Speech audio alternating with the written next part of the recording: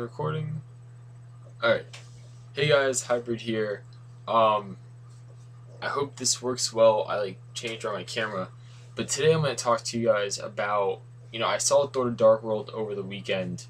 I saw it first time with the lady. Yeah. Second time I saw it more of an analytical sense. Kind of pick things out and stuff like that. So anyways, what I want to talk about though was the Infinity Stones.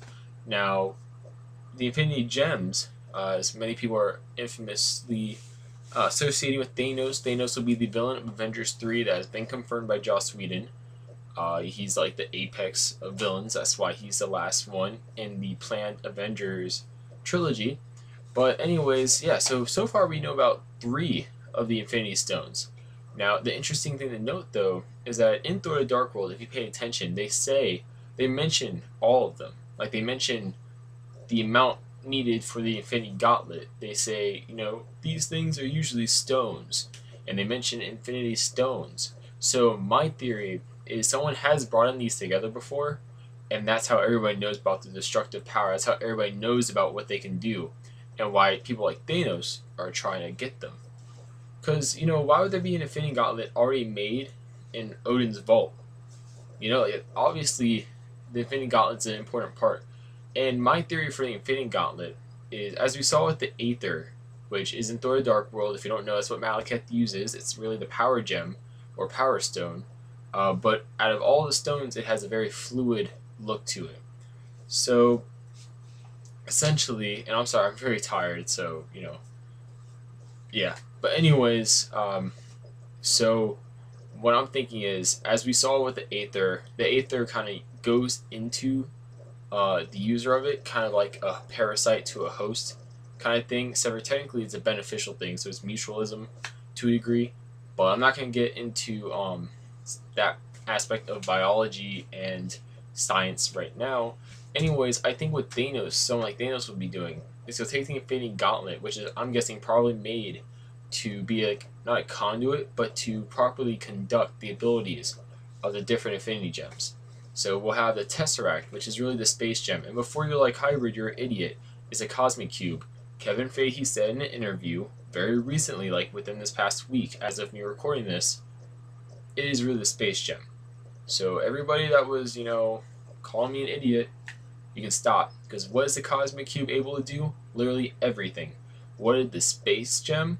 What can the space gem do? Open portals in space. It's very self-explanatory. What did the Tesseract do? What was it described as, especially in Avengers? A portal opener. Okay?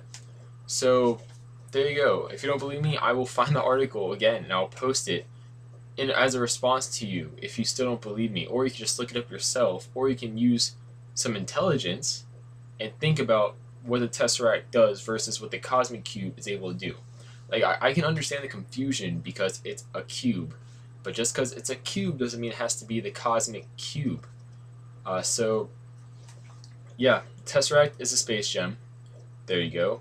The Aether is the power gem, shown by the fact that basically whoever has it has incredibly destructive abilities. It made someone like Malekith, who should have easily lost to Thor in a fight, no offense to Malekith. I'm not trying to demote his abilities, but he wasn't that powerful without the Aether. Also, same thing with Curse. Curse, if you pay attention, it looked like Algrim was enhanced by, some derivative of the Aether. So, as we could see, that little amount condensed into somebody turned a regular Dark Elf who could be defeated by an average Asgardian, or at least, well, I can say an average Asgardian, because the average Asgardian is like the equivalent to a highly trained soldier here due to the fact that they're a warrior race. But anyways, Dark Elf equals Asgardian warrior, Dark Elf plus this much of the Aether, which was described as like an infinite amount of power kind of thing, just like the Tesseract, because they're the same type of power technically, as they're both Infinity Stones. But anyways, that little bit allowed a Dark Elf basically become Dark Elf Hulk, and if anything, he showed more strength in the Hulk just by the way he brutally beat Thor, and also, spoiler alert, he swatted Mjolnir away pretty easily. And yeah, if you haven't seen Thor: The Dark World, I recommend you go see it. Curse is a badass. I'm not gonna lie. I can't, shorten that. But yeah, so the Aether is a power gem. Now, Loki's Scepter, which was pretty obvious to everybody because it looked like a gem, it is the Mind Gem slash Mind Stone. They've nerfed it down a lot though, so it doesn't really have telepathy, but more of, as we saw, kind of astral projection. Um, I think it was astral projection Loki was using, talking to the other at times, or he was just going back in his memories maybe with the Mind Gem. AKA, like, also we saw him use it to control people, but it looks like they've limited that mind control ability to physical contact with, I'm assuming, the skin slash the body, which is why it didn't work with Tony Stark's arc reactor. Also, I thought it was interesting, Vibranium seemed to deflect the energy blast of it, so I'm assuming by the time we get to Avengers 3, we'll probably get Black Panther in some like shape or form, or Wakanda. We'll get Wakanda or Black Panther before Avengers 3, just due to the significance of all materials that deflected the Tesseract energy, Loki's Scepter energy, and assumably would also be able to equally kind of deflect or defend someone from the Aether's energy. It was Vibranium. So don't forget that. So we have those three. Now there's rumored to be that the Time Gem will be in Guardians of the Galaxy. Reason being, Peter Quill has a lot of things from the 1980s, and his character is described as a 1980s, pilot. That something happens, and he has something, or he's looking for something that everybody wants. So my theory for the plot, based on that, I'm not going to go too in depth with it, but Peter Quill, in the 80s, Air Force pilot, runs into the Time Gem in some way, shape, or form, jumps him ahead in time to our modern day slash maybe a slight futuristic time period. Meets the rest of the Guardians. He's put into, a space prison with them because he's probably deemed a bit crazy, and something along the lines of that. That he somehow gets put into a prison with Gamera and everybody else. But yeah, so anyways, they're all going after the Time Gem, which makes a lot of sense due to the fact that we have people like Ronan the Accuser and Nebula, like those characters which are said to be working for Thanos. No reason for him to be paying attention to the Guardians of the Galaxy, especially like right now, unless a stone is involved, an Infinity Stone, Infinity Gem. So that's my thoughts on it. I'm pretty sure. I'm really sure if we get a sequel to any of the films like Thor, Captain America, Iron Man, well, not Iron Man, Thor, Captain America, we're probably gonna get a Thor 3 before Avengers 3, if any of them, just because Thanos is the villain of Avengers 3. Thus, they really need to strive to connect it all together. And between Guardians of the Galaxy and Thor, those two are the best properties to connect that to. While I say like Black Panther, for example, is the best to connect it to. I can't remember. Sorry, Black Panther is the best to connect it to with the whole Vibranium stuff, like I mentioned earlier.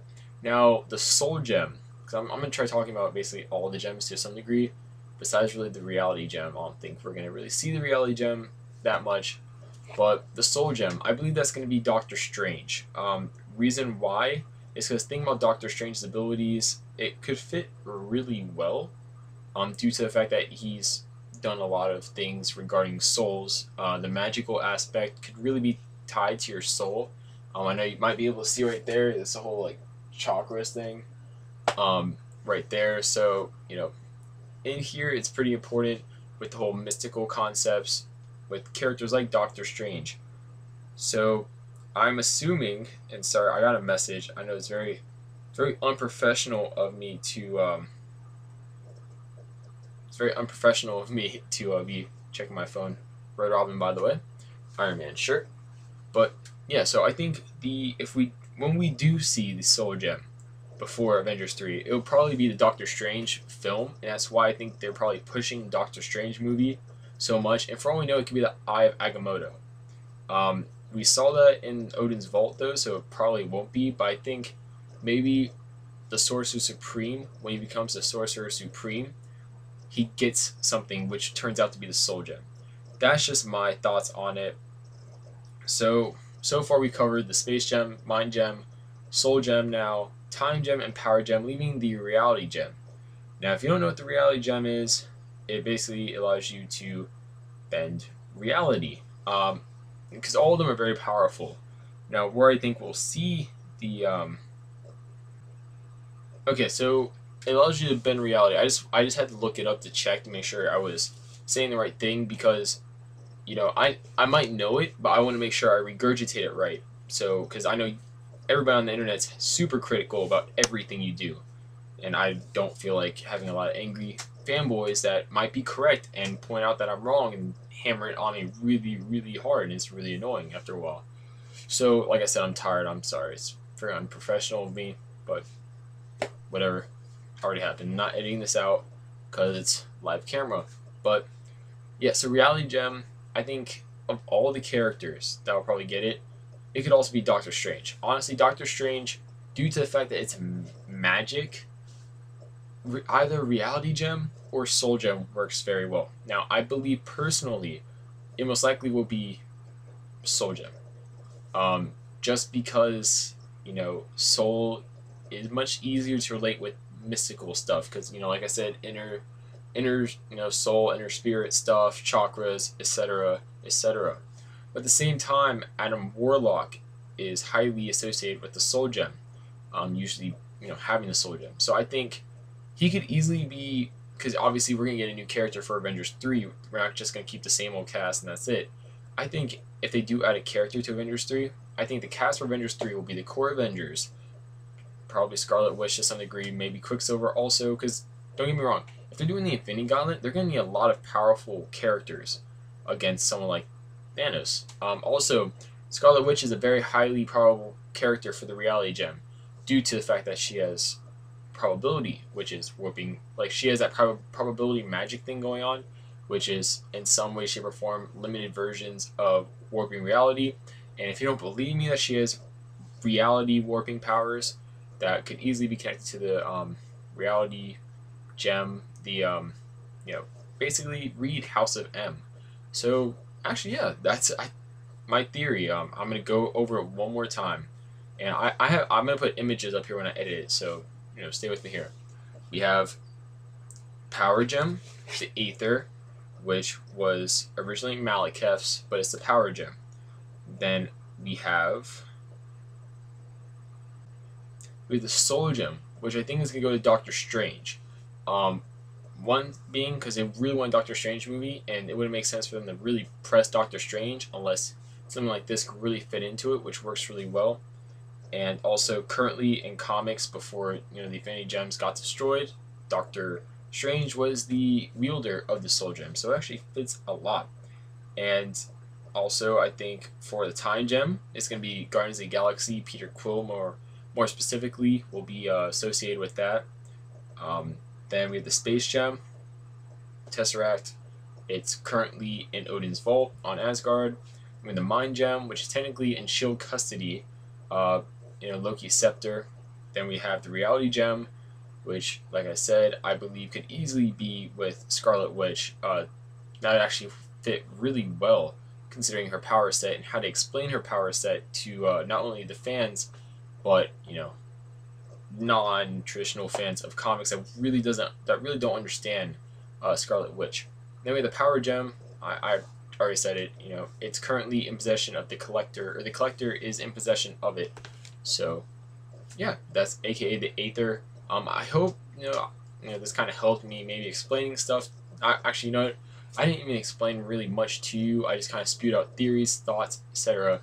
So I hope you guys enjoyed it. I know I was extremely unprofessional. Sorry about that. I'm very tired. But yeah, this is Hybrid. Subscribe, comment, like. I'll see you guys later.